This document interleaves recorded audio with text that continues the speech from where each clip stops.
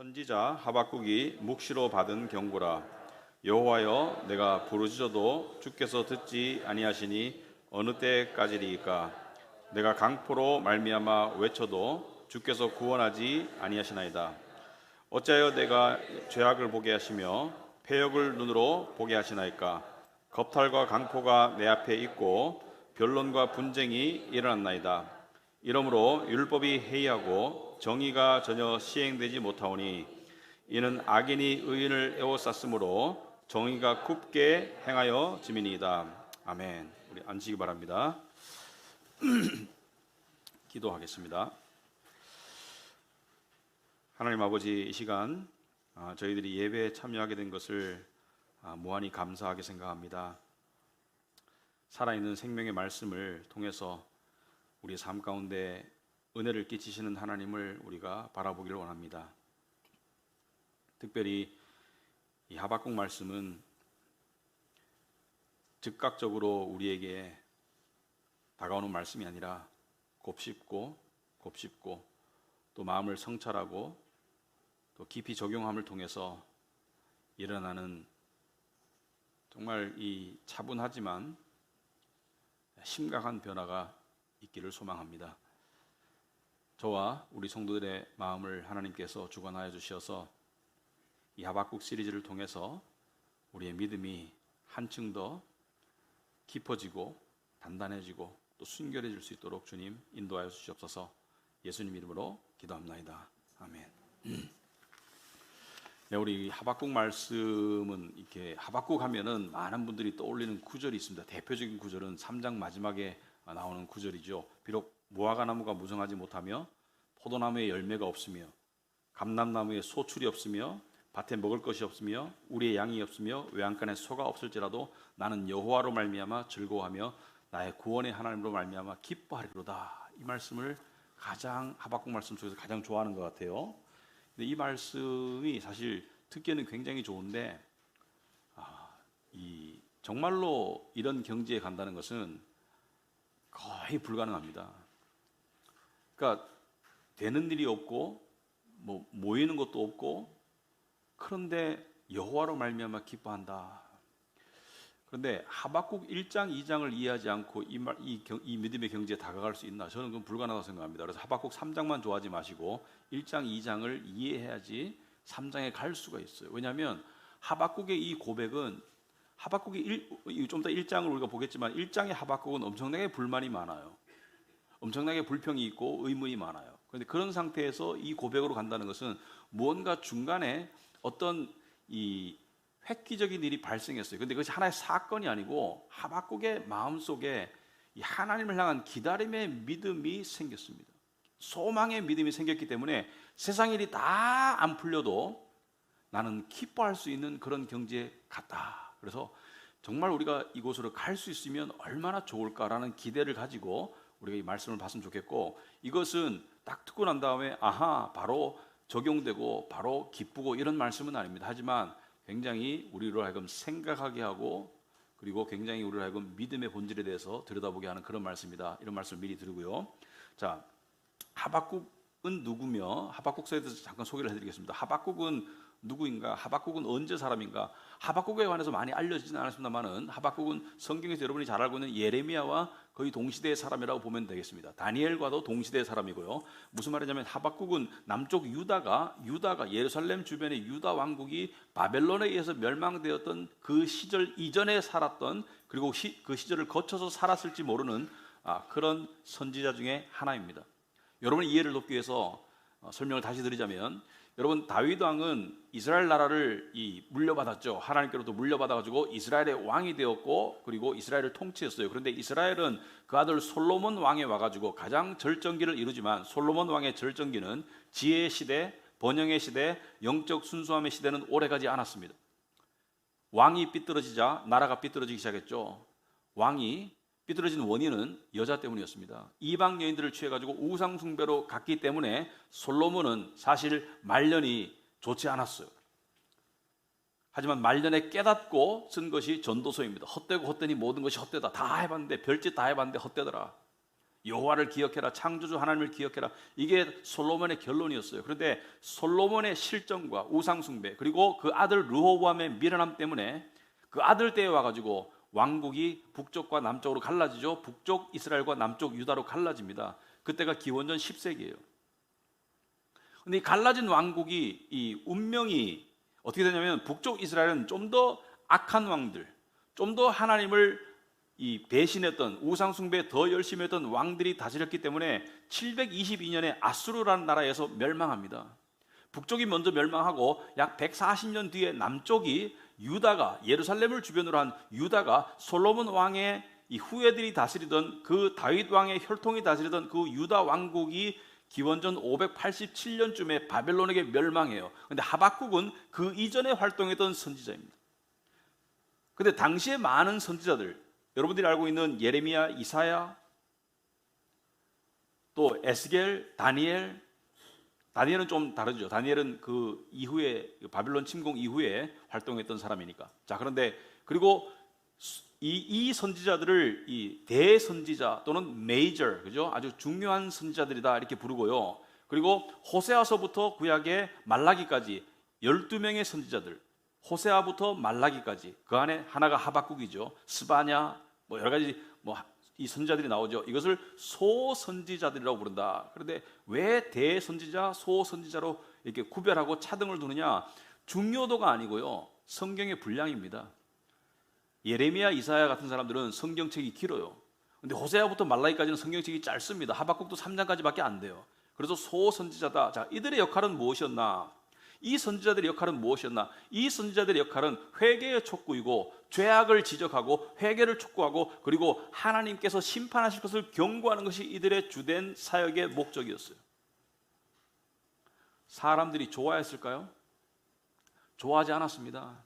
사람들에게 인기도 없었고요. 그리고 심지어 이들 중 일부는 설에 의하면 사람들에게 맞아 죽거나 톱에 쓸려 죽었습니다. 예레미야 같은 선지자는 톱에 이 나무통 안에 사람을 집어넣어서 나무와 함께 썰어서 죽였다, 이런 그 전해내는 구전이 있어요. 그렇듯이 이 선지자들은 사람들에게 인기가 없었고요. 당시에 인기가 있었던 선지자들은 어떤 선지자들이었습니까? 두 가지를 전했습니다. 첫째, 하나님이 당신들을 사랑하는데 벌 주시겠나? 그리고 우리가 이렇게 먹고 사는데 부족함이 없는데 무슨 하나님의 징벌이 임한다는 말인가? 이런 메시지로 계속 사람들을 현혹했고 사람들을 안심시켰어요. 하나님의 심판은 임하지 않아. 지금 예레미야가, 이사야가 또는 이런 다른 선지자들이 하는 말들은 다 거짓말이야. 우리가 환상을 봤는데 하나님은 그렇지 않아 라고 백성들을 안심시켰어요. 그런데 하나님께서 뭐라 그래요? 나는 그들에게 환상을 보여준 적이 없다. 누가 맞았습니까? 이 다가올 재앙을 경고했던 선지자들이 맞았고, 귀에 간지러운 얘기했던 선지자들이 거짓 선지자들이었어요. 여러분, 오늘날에도요, 영적 분별력을 가져야 됩니다. 오늘날에도 우리가 분별력을 가져야 돼요. 사실은 진리는 때로 많은 경우 귀에 듣기 거북해요. 진리는 많은 경우 받아들이기가 힘들어요.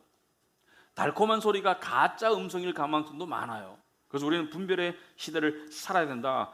자, 그래서 근데 하박국이 보시면 다른 선지자들과 좀 다른 면이 있습니다. 어떤 면에서 다르냐면은, 다른 선지자들은, 이 선지자는 하나님의 대언자 또는 하나님의 입이거든요. 하나님의 입이다. 하나님의 말씀을 받아서 그것을 그 입으로 그대로 백성들에게 전달하는 게 선지자들의 이 부르심의 목적이기 때문에, 선지자들은 주로 어떻게 말했습니까? 여호와께서 가라사대, 여호와께서 내게 나타나셔서 말씀하시되 라고 하면서 그 말씀을 백성들에게 전했죠. 그런데 하박국에는 그런 내용이 없어요. 하박국 말씀은 전부가 여호와 하나님과 하박국 사이의 대화입니다. 여호와 하나님과 하박국 사이의 질문과 답변이고요. 그리고 불평에 대한 하나님의 납득할 만한 설명이고요. 그리고 또 나아가서 기도이고, 그리고 믿음의 고백이지 백성에게 하는 말이 전혀 있지 않았어요. 비록 나중에 이스라엘 백성들이 하박국서를 열심히 읽어요. 이따 설명하겠지만 열심히 읽습니다. 근데 하박국 당대에서는 하박국은 백성들에게 나아가서 하나님께서 너희들에게 이렇게 말하고 이렇게 하지 않았고, 하박국은 그냥 은둔형 선지자였다. 은둔형. 그런데 하박국은 어떤 사람이었나? 자, 하박국은 자신이 살던 그 시대의 하나님 백성을 향해서 굉장히 실망했고 불만이 많았고 행복하지 않았어요. 하박국은 행복하지 않았어요. 우리는 하박국 3장을 통해서 하박국이 굉장히 행복한 선지자라고 생각하는데 하박국은 굉장히 오랫동안 행복하지 않았어요. 오히려 의문과 불만투성이었어요. 왜냐하면 하나님께 기도를 많이 했습니다. 의문이 많아서. 그리고 불만도 많아가지고 하나님께 불만도 많이 얘기했는데 하나님께서 침묵을 너무 오래 하셨어요. 응답을 안 주시고 계속 침묵하시니까 하박국이 나중에는 굉장히 힘들었습니다. 행복하지 않았고요. 그래서 하나님을 향한 이 불평과 불만도 많았습니다. 그런데 결국 하나님의 응답이 하나님의 때에 왔어요. 그러니까 하박국을 썼겠죠. 그죠? 기도 응답이 왔기 때문에 썼겠죠. 그래서 1장 1절에 하박국이 자신 있게 말합니다. 선지자 하박국이 묵시로 받은 경고라. 누구로부터 받았어요? 하나님께로부터 받았다는 것이죠. 말씀을 받았으니까 썼겠죠. 이 묵시라는 것은 계시로 보면 됩니다. 미래에 일어날 일들에 관해서 하나님께로부터 받은 경고라는 것은 좋지 않은 내용이 들어있다는 거예요. 자, 그런데 왜 하박국은 의문과 불만을 가지고 살았을까? 왜 하박국은 행복하지 않았을까? 자, 2절에 보시면은 여호와여. 자, 1장 1절은 그냥 결론을 말하는 거예요. 응답은 받았는데 그 과정을 설명하는 것입니다. 어떤 응답이었는지. 자, 여호와여 내가 부르짖어도 주께서 듣지 아니하시고. 하박국은 계속 부르짖는다는 것은 그냥 일회성 기도가 아니고 계속해서 간절하게 하나님께 외치고 부르짖는데 하나님께서 듣지 아니하신다는 것은 진짜 안 들었다는 것이 아니고 하나님께서 안 들으시는 것처럼 느꼈다는 것이겠죠. 그죠? 그리고 어느 때까지니까 듣지 아니하시니 어느 때까지니까 무슨 말이냐면은 오래되었다는 것을 말합니다. 오랫동안 하나님께서 응답을 안 하시니까 안 들으신 줄 알았어요. 그러니까 하나님이 안 듣고 계신다고 느꼈어요. 왜? 응답이 없기 때문에. 그런데 왜 이렇게 부르짖었나? 거기에 관한 이유를 설명하죠. 2절 중반부터 내가 강포로 말미암아 외쳤어요. 내가 강포라는 것은 violence, 이게 폭력을 말합니다. 이것은 진짜 육체적인 폭력도 폭력이겠지만 경제적, 사회적 폭력을 말해요. 불에 의한 폭력. 그 당시 사회상을 이야기하는 거예요. 근데 하박국은 그 당시에 행복하지 않았습니다. 그 당시 세상에서. 근데 그 당시 사람들이 다 안 행복했나? 그렇지는 않아요. 죄악된 세상이 즐거운 사람들도 많아요.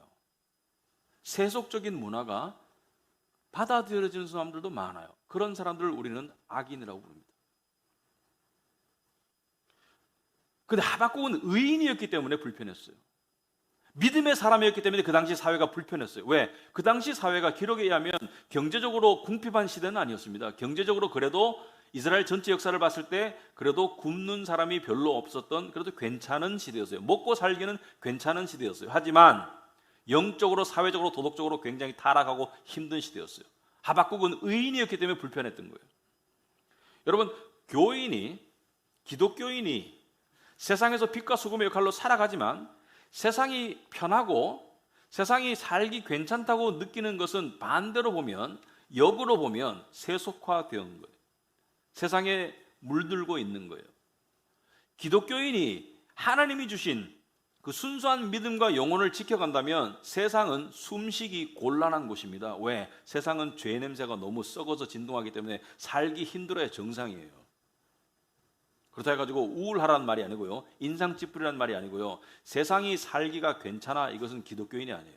물론 비기독교인도 세상이 살기 힘들죠. 여러 가지 이유 때문에. 근데 기독교인은 그 위에 더 다른 이유가 있습니다. 두 가지 이유가 있는데, 첫째, 세상의 죄악의 냄새가 싫어야 기독교인이고요. 둘째, 천국을 바라보기 때문에 세상을 떠나고 싶은 게 기독교인입니다. 하박국은 진정한 믿음의 사람이었어요. 자, 근데 왜 힘들었나? 첫째, 폭력이 난무하던 시절이었습니다. 내가 강포로 말미암아 외쳐도, 2절 중반에 강포라는 것은 아까 말씀드렸죠. 폭력이다. 이것은 강자가 약자를 억압하는 그러한 사회 경제적 폭력, 또 물리적인 폭력도 있어요. 좀 이따도 얘기하겠지만은 뭐 성폭력 이런 것도 포함됩니다. 근데 여기서 말하는 폭력은 주로 강자가 약자를 억압하는 부당한 대우, 약탈, 그죠? 고리대금, 이런 게 폭력이죠. 경제적 폭력이죠.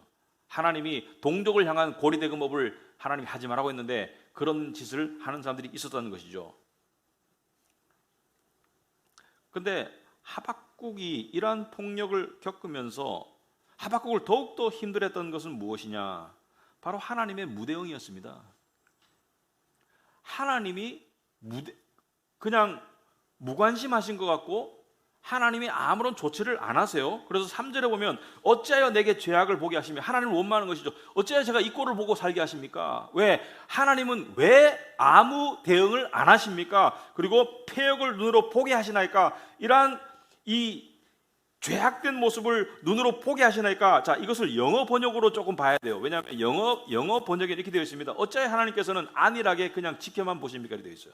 하나님께서는 왜 손 놓고 계십니까? 이런 원망이 들어 있습니다. 영어 표현에는 Why do you idly look at wrong? 왜 wrong, 잘못을 idly 그냥 게으르게 그냥 아무 대책 없이 하나님을 향해서 왜 당신은 그냥 아무 조치를 안 하고 지켜보십니까? 왜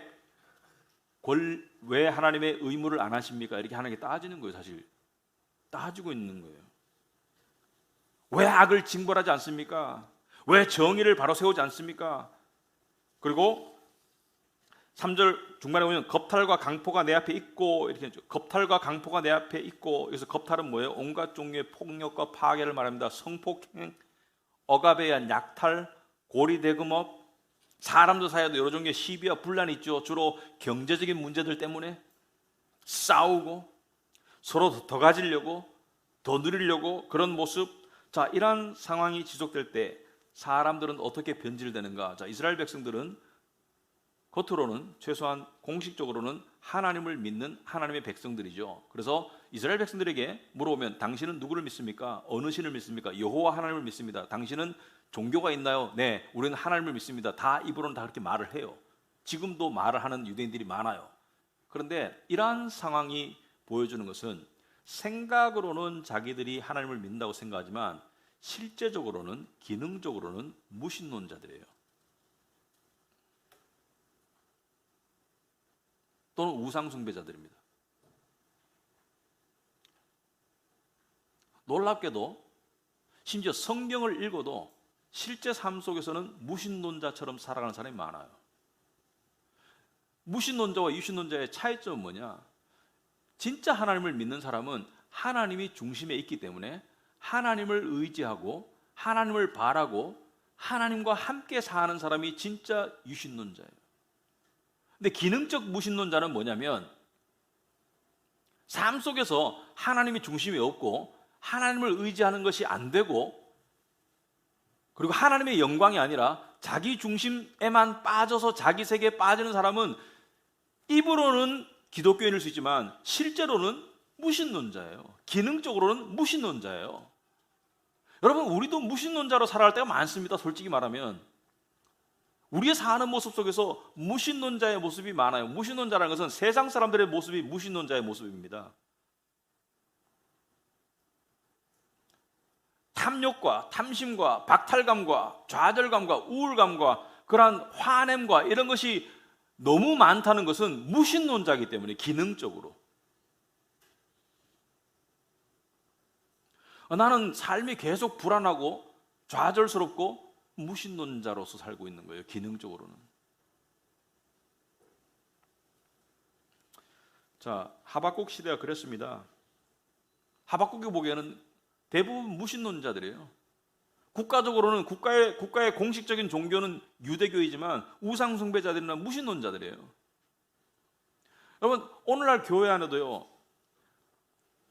교회 교인들이 모여가지고 신앙적인 얘기를 하기보다는, 물론 항상 신앙적인 얘기를 할 수는 없지만은 신앙적인 얘기는 거의 안 하고 세상적인 뭐 돈 버는 거, 뭐 투자하는 거, 뭐 게임하는 거, 뭐 무슨 뭐 이런 얘기만 하고 있으면 이거는 무신론적 교회가 되는 거예요. 우리 삶에서 굉장히 경계해야 되죠. 자, 그런데 이러한 시대에 어떻게 됩니까? 4절에 보니까 율법이 해이하고, 율법이 해이하다는 것은 원어상으로 율법이 마비되었다. 말씀의 기능이 작동을 안 해요. 말씀 중심의 사회가 아니에요. 그냥 종교의식 중심의 사회이지 말씀이 작동을 안 하기 때문에 죄악에 둔감하고 불의를 봐도 그냥 눈꺼벅꺼벅 거리고 있고, 탐욕과 욕심은 세상 사람들과 마찬가지고 우상 숭배하고 있고, 율법이 마비되었어요. 정의가 전혀 시행되지 않아요. 여기서 말하는 정의는 무엇입니까? 옳고 그름의 분명한 판단, 가난한 자들을 위한 사회적 강자의 책임 이런 것들이 정의인데 가난한 자들을 약탈하고 옳은 것이 굽어지고 불의가 권력에 의해서 보호되고 이런 것들이 정의가 실종되는 사회죠. 그런데 여러분 기독교와 정의는 굉장히 관련이 깊습니다. 정의라는 것은 기독교가 말하는 정의라는 것은 약자를 지키고 보호하고 옳은 것이 옳은 것이고 그른 것이 그른 것이 정의인 거예요. 예를 들어서 기독교가 말하는 정의는 혼전 동거는 잘못됐다는 것이 기독교의 정의예요. 기독교가 말하는 정의라는 것은 가난한 자를 보고 부자가 눈 감으면 그게 불이라는 것이 기독교의 정의예요. 그래서 미가서 6장 8절 오시면은 사람아 주께서 선한 것이 무엇임을 내게 보이셨나니 여호와께서 내게 구하시는 것은 오직 정의를 행하며 여호와께서 내게 구하시는 것은 오직 정의를 행하라는 것이죠. 자, 이 당시에 정의가 실종되었습니다. 왜? 악인이 의인을 애워쌌어요. 무슨 말입니까? 악인의 숫자가 더 많아. 성경에서는 뭘 악인이라고 불러요? 하나님의 율법에 따라 살지 않고 세상의 욕심 따라 사는 사람들을 악인이라고 합니다. 겉으로는 유대교 종교의 모습을 가지고 있지만 실질적으로는 기능적 무신론자들이고 세상 사람들과 똑같아요. 그래서 악인이 의인을 애워쌌다는 것은 악인의 숫자가 훨씬 많다. 그 사회에 범법자가 10%면 그 사회는 정화될 수 있습니다만은 범법자가 50%가 넘어가면 그 사회는 정화될 수 없습니다. 왜? 악인의 숫자가 많아지면 악인 마음대로 움직이는 거예요. 그리고 정의가 굽게 행하여졌다. 그 당시의 시대 상황을 하박국은 이렇게 표현하고 있으며 거기에 관해서 힘들어서 하박국이 구한 것은 하나님 돈 주세요가 아니고 하나님 저를 잘 되게 해주세요 성공 주세요가 아니고 영적인 의인의 눈으로 바라봤을 때 믿음의 사람으로 바라봤을 때 그 당시의 영적 상태, 도덕적 상태, 사회적 상태가 너무 암담하고 참담해서 성도로서 하나님께 계속 부르짖는 거예요. 그런데 문제는 하나님이 오랜 동안 잠잠하셨다는 것이죠. 오랜 동안 마치 기도를 안 들으시는 것처럼 납득하기 어려운 현실에 대해서 계속 고백하고 계속 하나님께 따지고 묻고 하는데 하나님은 무대응으로 일관하셨다는 것이죠. 여러분, 우리는 하박국 같은 의문이 없을까요? 이 세상을 살아가면서 여러분 아마 솔직히 표현하자면 이런 의문이 들죠. 착하고 부지런한데 지지리도 안 돼. 굉장히 성실하고 착하고 겸손한데 계속 가난해. 어떤 사람은 교만하고 교활한데 잘 돼.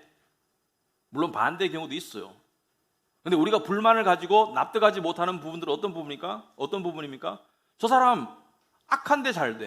예를 들어서 고등학교 때 많이 놀았는데 시집은 잘 가. 이해가 안 되는 것이죠. 놀 거 다 놀았는데 좋은 남자 만나서 결혼했다고 그래. 납득이 안 되는 거예요. 그죠?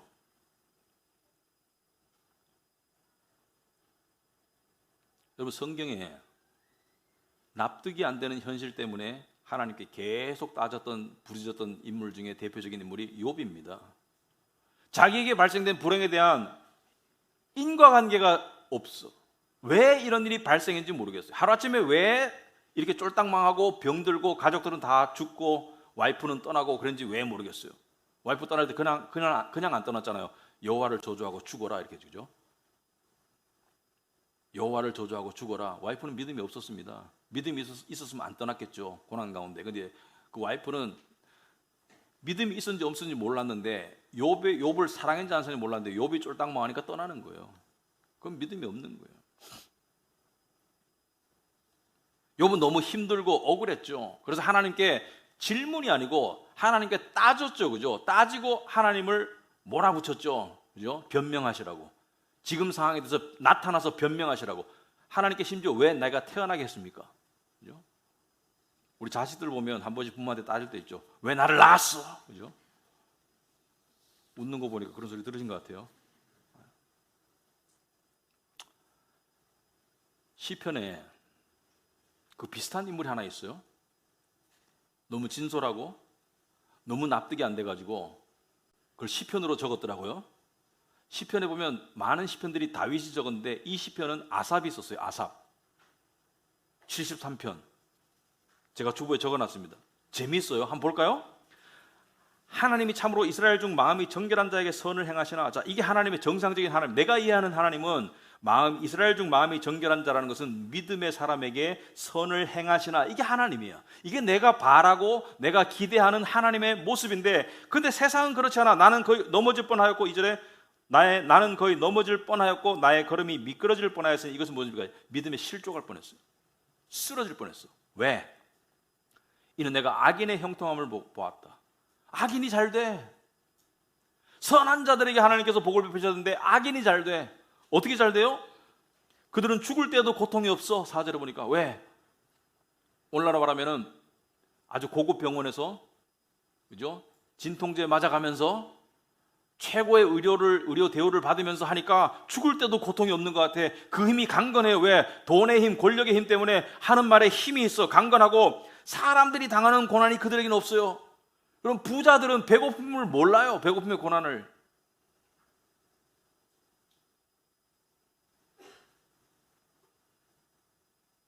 어떤 부잣집애가 어떤 가난한 집애하고 대화를 하는데, 너는 휴가 어디 가니? 그 가난한 집애가 말을 못하는 거야. 휴가 간다는 계획이 없어. 집에. 야, 프랑스 가봐. 되게 좋아. 가난한 애가, 부자는 모르는 거야. 얘가 왜 휴가를 못 가는지. 가난한 애가, 나 프랑스 못 가. 왜? 돈이 없어. 그러니까 부잣집 뭐라죠? 아빠한테 달라고 하면 되지. 이해를 못하는 거예요. 이해를 못하는 거예요. 배고픔이 뭔지도 모르고 부당함이 뭔지도 모르고. 왜? 부와 권력 가운데 있었기 때문에 사람들이 당하는 고난이 그들에게는 없어요. 사람들이 당하는 재앙도 그들에게는 없어요. 왜? 홍수 나면 가난한 사람만 다 죽어. 이들은 안전지대에 집을 짓고 살기 때문에, 비싼 동네에 집을 짓고 살기 때문에 그런 일을 당할 가망이 별로 없어요. 적군이 쳐들어와도 부잣집 애들은 다 뒤로 빼돌려. 12절에 볼자다, 얼마나 진솔해요. 이 아사베 시가 12절에 볼자다 이들은 악인들이라도 항상 평안하고 재물은 더욱 불어나도다. 원어상의 의미는 뭐예요? 써도 끝이 없어. 버는 것이 쓰는 것보다 버는 게 더 많아. 그죠? 그런 사람이 있죠, 그죠? 악한데, 교만한데 돈은 수조 원을 벌어. 아니, 차이가 나도 10배 정도 차이가 나는 것이 아니고 몇 배가 차이 나는지 계산이 안 돼요. 근데 하는 짓을 보면 악해. 자기 마음대로 살죠, 그죠? 여러분, 이슬람 국가만이 아니고 미국에서도 돈 많은 사람은 그냥 공공연하게 부인이 여러 명이잖아요. 돌아가면서 자식도 여기저기 놔놓고. 근데 감옥도 안 가고 망하지도 않잖아. 왜? 돈이 많으니까. 그래서 13절에 내가 내 마음을 깨끗하게 하며 내 손을 무죄하다 한 것이 실로 헛되도다. 무슨 말입니까? 나는 신앙 지키고 살았는데 헛거 아니야 이거? 그런 생각 들 때가 있어요, 여러분? 신앙 열심히 지키고 사는데 헛거 아니야 이거? 응? 나는 종일 재난을 당하며 아침마다 징벌을 받았도다. 신앙인은 아침마다 신앙인이 아닌 비신앙인이 겪지 않는 징벌, 이 징벌이 있습니다. 그 뭐예요? 사탄의 공격입니다. 영적 공격, 그죠? 우리는 세상적인 공격 이외에 영적 공격이 있잖아요, 그죠?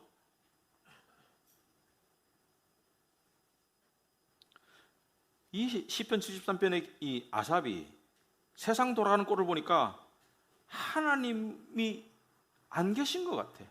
하나님이 계시더라도 하나님의 어떤 섭리가 작동을 안 하는 것 같아. 그래서 16절에 내가 어쩌면 이를 알까 하여 생각한 즉 그것이 내게 심한 고통이 되었더니 뭐요? 이 세상의 이치를 보고 하나님의 정의가 어디 있나, 하나님의 개입과 심판이 어디 있나, 그걸 생각하니까 생각할수록 고통이 되었다는 것은 생각할수록 괴로워. 생각할수록 납득이 안 돼. 악인이 잘 되고 의인이 잘 안 되는 것이. 근데 17절에 답을 얻었습니다. 하나님의 응답이 주어져요. 하박국에도 주어지고 욥에게도 응답이 주어지죠. 욥기 마지막 가면 응답이 주어지잖아요, 그죠? 만족할 만한, 납득할 만한 응답이 주어지잖아요. 이게 핵심이에요. 하박국도 응답을 받았기 때문에 3장에 그런 고백이 되는 것이고, 욥도 응답을 받았고요. 아삽도 17절에 하나님의 성소에 들어갈 때야 그들의 종말을 내가 깨달았나이다. 뭐예요? 세상에서 그렇게 악해도 잘 먹고 잘 살더니 하나님의 성소에 들어가 보니까 끝은 지옥이네. 지옥이야. 정의는 이루어지네. 이 땅에 짧은 시절 동안 그렇게 아나무인으로 살더니 결국 지옥이네. 납득이 되는 거예요. 성소에 들어가니까 납득이 되는 거예요. 뭐예요? 긴 시각으로 바라보면 다 납득이 된다는 거예요. 하나님이 다 납득시킨다는 거예요. 아멘. 긴 시간으로 보면 다 납득이 돼요. 긴 시간으로 보면. 그래서 두 가지 내용을 생각해야 됩니다. 첫째는 이 세상에서는 당장 이해할 수 없고 납득할 수 없는 일들이 개인적, 사회적, 국가적으로 생깁니다. 강자가 약자에게 당하고요. 정의가 구부러지고요. 성실하고 착하게 사는데 안 되고요. 믿음 좋은데 중병이 생기고요. 덜컥. 이 세상에는 그런 일들이 생겨요. 그런데 결국에는 뭐예요? 두 번째는 뭐예요? 하나님이 분명히 납득할 수 있는 결과로 응답하신다는 거예요. 이걸 우리가 믿어야 됩니다. 그래서 믿음은 뭐예요? 기다림입니다. 많은 의문 속에 기다림이 믿음이에요. 기다리면 다 하나님께서 바로잡아 주신다. 이게 믿음입니다. 그런데 신앙의 시험이 저는 여기 있는 것 같아요. 여러분 개인적으로도 좀 하나님께 의문이 있죠. 의문이 기도입니다. 그죠? 기도 가운데 하나님께 기도하죠. 이런 의문을 가지고. 근데 의문이 좀 지나면 불만이 되죠. 그죠? 불만. 해결 안 되는 의문은 불만이 돼요. 불만이 되고 의심이 되고요. 근데 여기에 믿음에 굉장히 그 갈림길이 있고 시험이 있습니다. 무엇이냐면 욥을 보면 정말 어떤 때는 무례한 것 같아. 하나님한테 막 따지고 하나님의 어떤 답변이 아니고 변명까지 요구하는 그런 수준인데 그 욥이 어떤 부분을 본받아야 되는가? 계속 하나님께 매달리는 것. 하박국의 어떤 부분을 매달려야 되나? 하나님이 뭐예요? 2절에 보면 하나님이 듣지 아니하신다고 느끼지만 어느 때까지 그렇게 하는가 보자라고 끈질기게 매달리는 거. 야곱이 야복강에서 복 주시기 전에는 절대로 안 놓아준다고 끝까지 매달리는 거. 아삽처럼 끝까지 고통스러운데 계속 생각하는 거. 그런데 우리 어떻게 해요? 생각하다가 생각이 결론에 도달하지 못해요. 고통스러워요. 할수록 하나님이 미워요. 할수록 하나님이 원망스러워요. 그래서 뭐예요? 무관심으로 돌아서면 이것은 끝장이에요. 하나님을 멀리해. 심지어 이런 사람이 있습니다. 하나님을 가까이 하니까 더 괴로워. 근데 하나님을 멀리하니까 별로 덜 괴로워. 왜? 하나님을 향한 원망도 줄고 원망할 필요가 없지 뭐. 하나님을 향한 하나님을 향한 기대를 안 하니까 실망도 없죠. 그러니까 이렇게 생각해 보니까 하나님 가까이 안 하는 게 더 편하네. 그래서 하나님을 좀 멀리해요. 의도적으로. 그런 사람도 있습니다. 그럼 미련함이라고 불러요. 왜? 응답 못 받습니다. 여러분 사랑할 때 있잖아요. 질투, 사랑하기 때문에 질투하는 거예요. 사랑하는 사람한테 불만, 그래도 관심 있으니까 불만이 있는 거예요. 화가 난다, 어떤 일에 대해서 그 사람과 관계가 있으니까 화가 나는 거예요. 그죠? 그런데 네가 무슨 짓을 하든 이제 관심이 없어. 이건 끝장인 거예요. 하나님께 원망스럽고 하나님께 심지어 화가 나더라도 하나님께 다가가는 것이 신앙의 모습이고요. 하나님을 손절하고 무관심하는 것은 그건 끝장이에요. 욥이나 아삽이나 하박국의 공통점이 뭐예요? 기도를 멈추지 않았다. 응답 받을 때까지 기도를 멈추지 않았어요.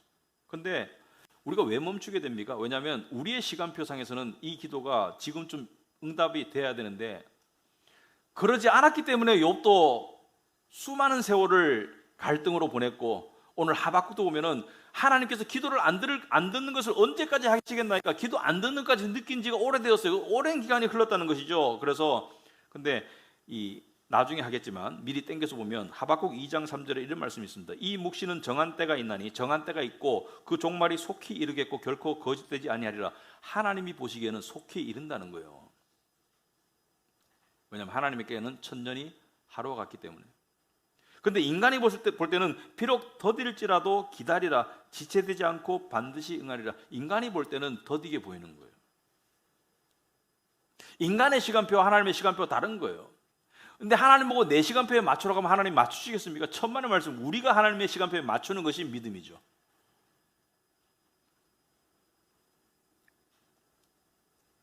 우리 나름대로 시간표가 있어요.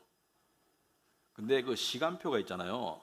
많이 좌절됩니다. 자기 시간표대로 되면 교만해요. 근데 자기 시간표대로 되는 사람은 별로 없거든요.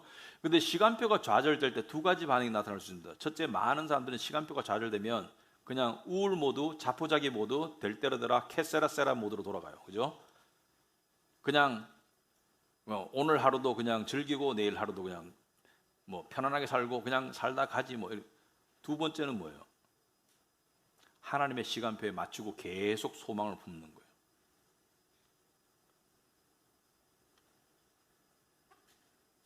자, 이 하박국과 이스라엘의 역사는 조사를 해보면 굉장히 밀접한 관계가 있습니다. 자, 구약이 39권이에요. 근데 이스라엘 백성들의 필독서, 이스라엘 백성들이 나라를 잃고 바벨론의 포로로 끌려가고 난 다음에 그 다음에 하박국이 쓴 글이 돌기 시작했겠죠. 그죠? 시대상 하박국서가. 자, 그리고 페르시아의 지배를 받다가 그리스의 지배를 받다가 이런 수백 년이 시간이 흐르는 가운데 하박국서를 이스라엘 사람들이 굉장히 사랑했다고 합니다.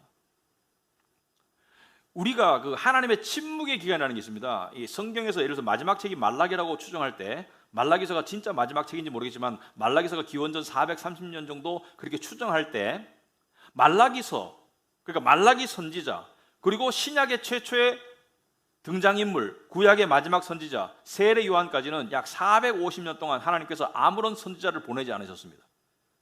그 말은 무슨 말이냐면 새로운 말씀이 쓰여지지 않았어요. 그래서 구약의 마지막 시대와 마지막 책 말라기와 신약의 최초의 이 하나님의 말씀의 대언자 세례 요한이 와서 회개하라 천국이 가까웠느라고 하나님의 말씀을 대언하기까지 약 450년 동안 하나님의 철저한 침묵이 있었어요. 메시아가 오시기 전까지. 이것을 구약과 신약 사이에 하나님의 침묵의 기간이라고 부릅니다. 450년 동안 선지자가 없었어요. 대언자가 없었어요. 말씀이 쓰여지지 않았어요. 물론 쓰여진 말씀이 있었기 때문에 믿음을 유지할 수 있었어요. 구약 성경에 쓰여졌기 때문에 믿음을 유지할 수 있었는데 말씀이 쓰여지지 않았어요. 자, 이때 이스라엘 백성들은 기다림의 믿음을 배우게 됩니다. 하나님의 그냥 내 당대가 아니고 선지자를 보았다는 이야기는 들었는데 조상들로부터 나는 태어나서 죽을 때까지 본 적이 한 번도 없어. 그냥 그 기록만 남아있어. 그런데 이때 이스라엘 백성들의 믿음이 다는 아니고요. 참 믿음의 사람들의 신앙이 깊어지고 순수해져요. 예수님이 오셨을 때 많은 유대인들은 예수님을 못 박는 데 앞장섰지만 참 믿음의 소유자들은 예수님을 받아들였죠. 그죠? 마찬가지로 이 시대에 참 믿음의 소유자들의 믿음이 순수해지는데 왜 그러냐면은 불의 때문에, 부당함 때문에. 불의와 부당함을 겪으면서 하나님을 바라는 믿음이 더욱더 깊어졌어요. 자, 이스라엘 역사를 살펴보면 이스라엘 백성들은 타국에, 제국에 끌려갔기 때문에 거기서 이방인으로 살았기 때문에 1등 시민이 아니었기 때문에 거기서 고생을 무지막지하게 하는데 특별히 그리스 시대에 와가지고 그리스가 다스릴 때 굉장히 고생을 많이 했죠. 특별히 그리스 2세기 초에 그리스 황제 중에서 안티오커스 4세가 있었습니다. 안티오커스 4세는 유대인 말살 정책을 폈고요. 유대 성경들을 다 불태워버려요. 이 사람이 어떻게 했냐면 예루살렘 성전에다가 제우스 신상을 갖다 놓고 거기다 돼지고기를 제물로 바쳤어요. 돼지고기는 유대인들이 금하는 음식이에요. 돼지고기는 불결하기 때문에 돼지고기를 먹고 안 먹고는 돼지고기를 먹고 안 먹고의 문제가 아니고 하나님의 말씀을 순종하느냐 안 하느냐의 문제이기 때문에 돼지고기를 먹으라라고 했을 때 안 먹는 사람은 다 죽였습니다. 안티오커스 4세가 굉장히 악랄했거든요. 거기 가는 기록이 메카베서에 나와 있어요. 외경은 성경이 아니에요. 근데 그때 제우스 신상의 절하기를 거부하고 돼지고기를 안 먹고 거기에 대한 기록 중에 하나가 한 어머니가 7 아들을 그렇게 잃어요. 순교당해요. 근데 그들이 믿었던 건 뭐예요? 부활해서 만나자, 천국에서 만나자 이거였습니다. 신앙이 순수해졌고 그리고 그때 하박국서를 많이 읽었어요. 그걸 어떻게 알 수 있느냐? 증거가 있습니다. 이 하박국의 기다림의 신앙의 책을 읽었는데 그 증거가 있어요. 그것은 여러분 기독교인에게 있어서 역사상 가장 위대한 유물과 발굴은 뭡니까? 그것은 피라미드도 아니고 잉카 제국도 아니에요. 기독교인에게 있어서 제가 개인적으로 생각할 때 우리 기독교인에게 있어서 역사상 가장 위대한 유물의 발굴은 바로 사해사본입니다. 사해사본. 기독교인들은 상식적으로 알고 있어야 돼요. 사해사본이 뭐냐? 여러분 이스라엘 지도를 보면 위에 갈릴리 바다가 있죠. 사실은 바다가 아니고 호수입니다. 예수님께서 그 주변에서 활동하셨죠. 태어나시기는 남쪽 베들레헴에서 태어나셨지만 활동은 거기서 하셨죠. 유년기를 거기서 보내셨죠. 갈릴리 바다라고 하는 것은 호수가 너무 커서 바다라고 하는 것이 실제로는 바다가 아니에요. 근데 밑으로 쭉 내려가면 뭐가 있습니까? 사해가 있죠. 사해는 죽은 바다라는 뜻이죠. Dead Sea, 죽은 바다. 이것도 호수예요. 바다가 아니에요. 그런데 왜 죽은 바다냐? 염도가 너무 높아서 생명체들이 살 수 없고 사람이 둥둥 떠요. 그냥 수영 안 해도 돼. 수영 안 해도 그냥 둥둥 떠요, 사람이. 왜? 염분이 너무 높아서. 근데 사해 바다 북서쪽에, 서쪽에 좀 더 치우친 곳에, 동네 이름이 쿰란입니다. 그쪽에 동굴들이 여러 개가 있었어요. 근데 목동들이 그 양을 치다가 1946년에 어떤 일이 있었냐면은 목동들이 양을 치다가 심심해서 동굴 하나에다 돌을 던졌어요. 돌을 던졌는데 쨍그랑 소리가 나는 거야. 그래서 들어가 보니까 항아리들이 있는 거예요. 처음에 7개가 발견됩니다. 항아리들이 있는데 그 항아리 안에 이 동물의 이 가죽이나 파피루스 식물을 잘라서 만든 그러니까 원시 종이죠. 그러니까 한 페이지가, 성경책 한 페이지가 두루마리로 한 묶음이 넘어요. 왜냐하면 글자를 많이 못 적잖아요. 그리고 두껍잖아. 가죽이니까 얼마나 두꺼워요. 성경 필사본들이 발견된 거예요. 구약 성경. 그래서 처음에는 이 양치기들은 잘 모르니까 이것이 이제 소문이 돌아가지고 학자들이 와서 보니까 엄청난 발굴인 거예요. 이게 왜냐하면 추정 연대가 기원전 1,200년, 그러니까 2000년이 넘었어. 2000년 넘었는데 그때부터 46년부터 56년까지 약 11년 동안 그 일대를 샅샅이 뒤지니까 동굴마다 그것들이 있는 거야. 그래서 동굴이 한 12개가 발견됩니다. 항아리들이 많이 있고요. 그 안에 성경 필사본들이 꽂혀 있는 거예요. 근데 예를 들어서 이사야서 같으면 이사야서 한 권을 한 항아리에 꽂을 수 있을까? 뭐 꽂을까요? 못 꽂죠, 당연히. 왜냐하면 이사야서 한 장만 하더라도 한 항아리가 넘을 것 같아. 왜냐하면 이게 동물 가죽이나 파피루스이기 때문에, 이걸 둘둘 말았기 때문에. 근데 2000년 이상 보관이 되었고 저도 그것을 봤어요. 미국에서 전시회 할 때 필사본을 봤어요. 지금도 연구가 진행 중에 있습니다. 거기에 관한 문헌 연구가 지금도 진행 중에 있는데 약 10년에 걸쳐서 성경책 필사본들이 발견이 되는 대단한 사건이 있었어요. 이게 사해사본이랍니다. 사해사본, 사해에서 발견된 필사본, 성경 구약 성경 필사본. 근데 이것이 발견됐을 때 세상이 난리가 났어요. 자, 지금 성경하고 다를 걸, 성경이 많이 변질되었을 걸. 근데 대조해 보니까 똑같아. 그래서 기독교의 굉장히 획기적인 세계적인 뉴스가 되었죠. 근데 그 사해사본과 함께 뭐가 발견된지 아세요?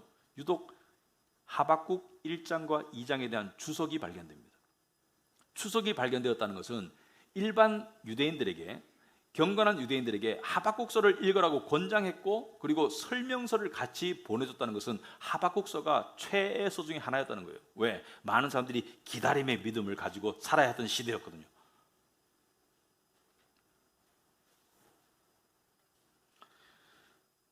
자, 이 학자들이 생각을 해봤습니다. 이건 한 사람이나 한 5명이 할 수 있는 게 아니고 집단의 사람들이 수십 년, 심지어 100년에 걸쳐서 할 수 있는 그러한 일이에요. 엄청난 노력과 엄청난 시간과 또 엄청난 희생이 요구되는, 왜? 거기에 몰두하려면 모든 생업이 거기에 이루어져야 돼. 짐승을 잡아서 살코기는 먹고 가죽은 말려서 이 필사본을 쓰는 데 쓰고 파피루스도 길러야 되고, 하여튼 그래서 학자들이 연구해보니까 이거는 의도적으로 어떤 집단이, 어떤 공동체가 의도적으로 이 일을 아마 대대에 걸쳐서 한 것 같다. 근데 목적이 무엇이었을까? 목적은 그리스 시대 유대교 말살 정책과 성경을 불태웠을 때 이들이 말씀을 보존하기 위해서, 말씀을 지키기 위해서 말씀을 베껴서 이 동굴에 보관한 것이죠. 그래서 학자들은 이들을, 이 알려지지 않은 이들을, 신앙의 선배들의 이 공동체 이름을 쿰란 공동체라고 불렸습니다. 쿰란 지역에서 발견되었기 때문에. 그래서 엄청난 대대적인 이 발견이 있었어요. 자, 이들은 왜 그렇게 했을까? 이들은 왜 성경을 필사하면서 그 시대를 보냈을까? 이들이 기다린 건 뭐예요? 성경을 필사하면서 기다린 건 뭐예요? 하나님께서 역사하실 것이다. 하나님께서 반드시 역사하실 것이다. 그리고 뭐예요? 메시아를 보내실 것이다. 성경을 필사하면서 이들은 메시아가 오기를 기다렸는 거예요. 메시아. 그래서 예수님이 오셨을 때 당시에 모세율법에 따라 가지고 장자이기 때문에 이 하나님께 바치기 위해서 성전에 예수님을 안고 갔죠. 아기 예수님을 안고 가가지고 가난했기 때문에 비둘기 한 쌍으로 예물을 준비해서 갔는데 그 예수를 알아본 자들이 누구예요? 바로 하박국의 믿음의 후예들 중에 한 사람이던 시몬이라는 할아버지와 안나라는 할머니죠, 그죠? 이들은 무슨 계시를 받았습니까? 시몬은 네가 죽기 전에 메시아 그리스도를 볼 것이다.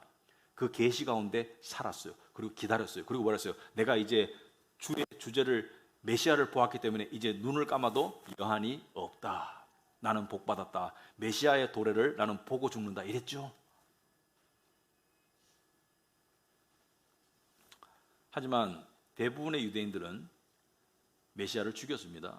예수를 죽였습니다. 왜? 그들이 기다렸던 예수는 어떤 예수예요? 악인들의 버전이었어요. 세상의 풍요와 권력과 나라의 독립을 이루어줄, 다시 한번 이스라엘을 독립국가로 만들어서 솔로몬 때 번영과 그때의 이 풍요함을 이 강한 국가를 다시 회복시켜줄 그러한 메시아를 기다렸는데 이 메시아는 그 메시아가 아니야. 십자가에 죽어버렸어. 근데 예수께서는 오셔서 이 땅에 육적 이스라엘을 건설하러 온 게 아니시죠. 영적 이스라엘을 건설하러 오셨죠. 그래서 영적으로 깨어 있었던 하박국의 믿음의 후예들, 기다림의 믿음의 후예들은 이 메시아를 보고 믿었습니다. 우린 여기서 중요한 것 하나를 깨달아야 돼요. 믿음은 하나님의 역사를 기다리는 거예요. 기다리는 거예요. 인간적인 근시안적인 관점에서 하나님을 평가하는 것이 아니라 하나님의 시간표에 나를 맞추고 기다리는 거예요. 그래서 이 하박국 버전을 이 히브리서는 이렇게 표현한다고 저는 생각합니다. 히브리서 11장 6절에 보시면 믿음이 없이는 하나님을 기쁘시게 하지 못한다고 했습니다.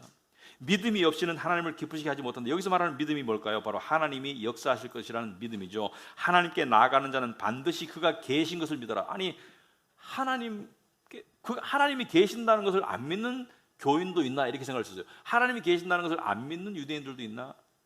하나님께서 말씀하신 거예요. 네 심령 가운데 믿어라. 기능적인 무신론자들이 많다. 입으로는 내 백성이 입으로는 나를 시인하지만 마음은 내게서 멀다. 그건 믿는 게 아니에요. 하나님이 계신다는 것을 믿는다는 것은 하나님이 역사하실 것을 믿는 거예요. 하나님이 통치하시고 주관하시는 것을 믿는 거예요. 이게 믿음인 거예요. 하나님이 계신 것을 믿고 또한 그가 자기를 찾는 자들에게 상 주시는 있음을 믿어라. 무슨 상입니까? 응답의 상을 주실 것이다. 우리가 납득할 만한, 우리가 만족할 만한, 여호와로 인하여 기뻐하리로다 그런 고백을 할 수 있는 그런 응답을 반드시 주실 것이다. 그것이 개인적인 기도 제목이든 사회적인 기도 제목이든 영적인 기도 제목이든 하나님께서는 반드시 응답하신다. 그래서 간절한 기도는 응답을 기다려야 됩니다. 여러분, 제가 들은 이야기 중에 이런 이야기가 있어요. 어떤 부모가 자기 자식의 구원을 위해서 기도했어요. 5년, 10년, 그리고 평생을 기도하다가 죽기 전에도 기도하고 죽었어요. 그런데 그 자식이 이 부모가 죽고 난 다음에 믿음을 가지게 되었답니다. 응답은 사후에 오는 경우도 있어요. 하지만 응답이 왔어요. 여러분, 우리의 시간표에 하나님을 맞추려고 하지 마시고 하나님의 시간표에 우리를 맞춰가는 그런 기다림의 믿음으로 성숙해 갈 때 우리가 하박국의 고백이 우리의 고백이 될 수 있으라고 믿습니다. 다음 주부터 계속하겠습니다. 기도하겠습니다.